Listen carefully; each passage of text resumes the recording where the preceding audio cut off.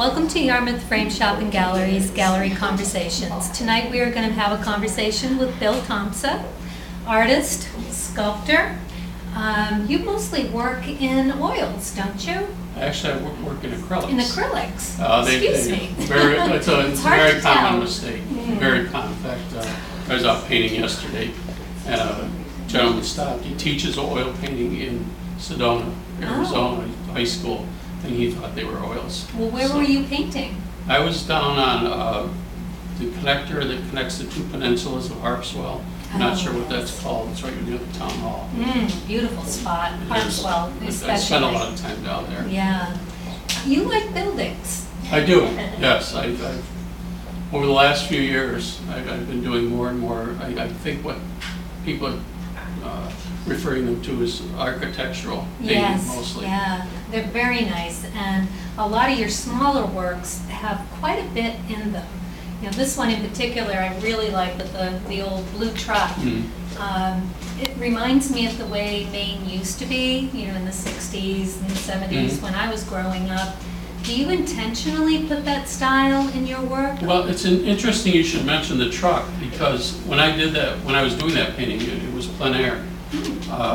The truck that was actually there was like a brand new red Chevy, and I simply didn't like it. Yeah. So I decided to change it, and it's kind of just a generic old pickup truck. Where are you standing? It looks like you're standing in Yeah, the that's road. looking. Yeah, well, sometimes I get so close to the road. I actually carry a bright fluorescent red cone with me. Oh, good idea. Which I'll put either in front of me or back of me, just a little extra notice to drivers go by. But yeah, I was right on the edge of the road. Do you finish a piece while you're out there, or do you often come back and finish Rarely, it? yeah. I would say 98% of the time I'll finish it in the studio. But like everything here was started plein air. Yes. And it gets finished in the studio. I like to take it home, look at it for a day or two. We've got all these, what I call whips, works in progress, just scattered all over the living room. So I can look at them when we're watching TV and all, and I'll see something, and I'll either make a mental note of it, or I'll actually take a Post-it note and write down things that I want to nice idea. tweak on the Thank painting. you for that. Yeah. That's good. Very Good helpful. tip. And it helps to get a little distance from Sure, something too, sure. mentally and And physically. time-wise, yeah. Yes, and time-wise. And you have a great way with shadow.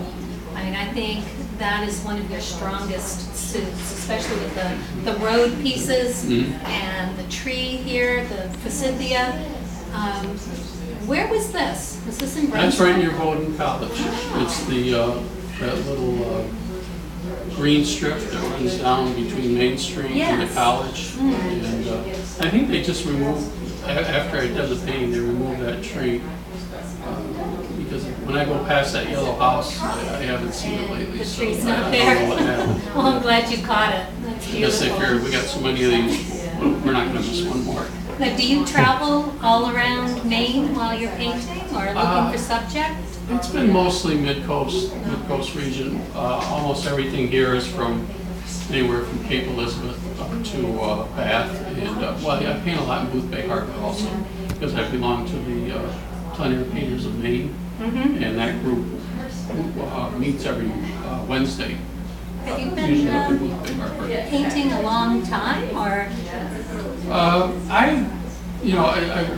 was formerly trained as a graphic designer, and I was, I've always had an interest in drawing and painting, and I kind of gradually got into painting in the 80s, but then seriously got into painting in the late 90s. Yeah. More or less left the graphic design behind and really focused on almost nothing but painting and sculpture. That's lovely. We should talk about your sculpture a little bit, because this is really a beautiful piece. Thank you. One of many in the gallery. If you should want to pop by and have a look. Bill, this is steel? Is that right? Welded? Welded steel, welded with oxyacetylene process. And everything there just started out as a flat sheet of, it was cut from a flat sheet of about 012 gauge steel. And I initially made a little form inside, not an exact skeleton or anything, but just the kind of a skeletal form, and then I cut the sheets. Actually, what I do is I start with cardboard templates. Oh, okay. And I'll make a template of each piece like this Mm-hmm. and fit it, and then I trace that onto steel, cut the steel, and then form the steel. And So weld you're it. just twisting it and making these fins do their thing Right, as right. you're working it? You're actually And kind of, you step back and have a look exactly. and want to tweak it a little bit? And Exactly. what do you use to meld the seams with? That's the oxyacetylene torch. Okay. And what you do is you have something called filler rod. It looks like a coat hanger. This is made of steel alloy. And you heat it to a melting point. And it literally fuses the steel you're welding with the filler rod to create your joints. It must take a while. It does, Yeah. I've worked on, I think I had a buffalo that I'm still working on, but just doing the fur on it, the fur on it, hours and hours of just melting and dabbing. Oh, wow. Dabbing, you Yeah. get that texture. Yeah, well, it's going to be an amazing piece. We'll have to have it in the gallery I so hope that we so, can, yes. as soon as it's done. I would like to talk about this piece here, too. Days remembered. Days Remembered. Days remembered. I've had several people comment, oh, a little red wagon. I don't know if you can get that on camera, but Yeah, I got it. move this back a little bit for it. It's, what can you tell us about that? Well, I had a great experience tonight. Sure. Put you over Okay. here. Actually, a couple gentlemen who were here earlier, one of them really connected with it. And he grew up in New York City. And I said, well, who hasn't had a little red wagon growing up? And he said, well, me. He said, but I really connected to the painting. It's exactly what I hope happens with people. Is that if it's not necessarily the connection I was intending, it's a connection they come up with. So it's a surprise for you. Right. In a way, it's even better It when is. that happens. So that was very gratifying. And then another gentleman liked the painting also, was one of his favorites. So that's very gratifying to me.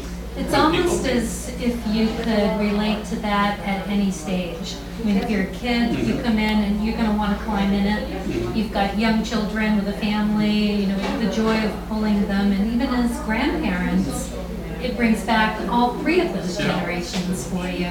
Yeah, it's a very special piece. The piece, actually, the trees were some that I had photographed on our first trip here to Maine. Oh. And the wagon was an afterthought. That it was just one of those things where you're working on a painting and you don't really plan it, Yeah. but you get to a point that something is just not right. It's just missing You something. need something. And I had just gotten a rusty old wagon. I can't remember if it was out of the transfer station or the garage sale, just full of rust. And I've done some paintings of that. And I thought, if I pretty it up in a picture as a newer wagon, Yeah. and the title kind of tells it all, Days Remembered. Well, you do like your color red. We have to talk about that. There's a lot of red, which is great. I mean, red roofs, Yeah. red buildings. I'm married to a redhead. Yes, you are. Gloria. And very nice woman. And so. I had a guy come by. We're doing the art walk in Brunswick now, second Friday art walk. And a guy came up to me. He says, "You like red?" And I really hadn't thought about it. It's not a Really? conscious thing. Until he says, "Every one of your paintings has red in it." Has a little bit of red. At least a little bit. And it's almost true. I mean, you get the occasional. I don't know. I guess I was just drawn to that color. And it's like the one behind you.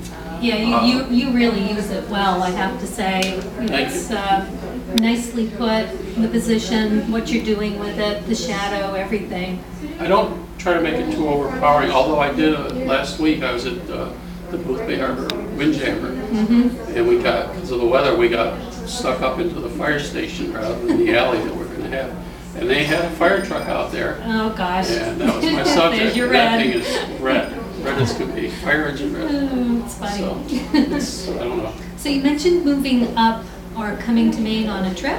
Where did you move from? The previous 12 years Ah. before moving here, we were in Phoenix, Arizona. Oh, wow, so that is a big transition. Yeah. Hot and dry to damp and cold. 2 seasons, 2 seasons, hot and hotter. Yes. It's been a very pleasant change. Yeah, I bet you're enjoying it. It's nice to see The 3 different actuals, or seasons, 4 actual seasons now. obviously, and bringing a lot of subjects to you. Yes, oh, it's unlimited. It's just, I mean, on our road alone, I found so much subject matter to read. Yeah. So, Well, thank you, Bill. thank you very much. My pleasure. Thank you.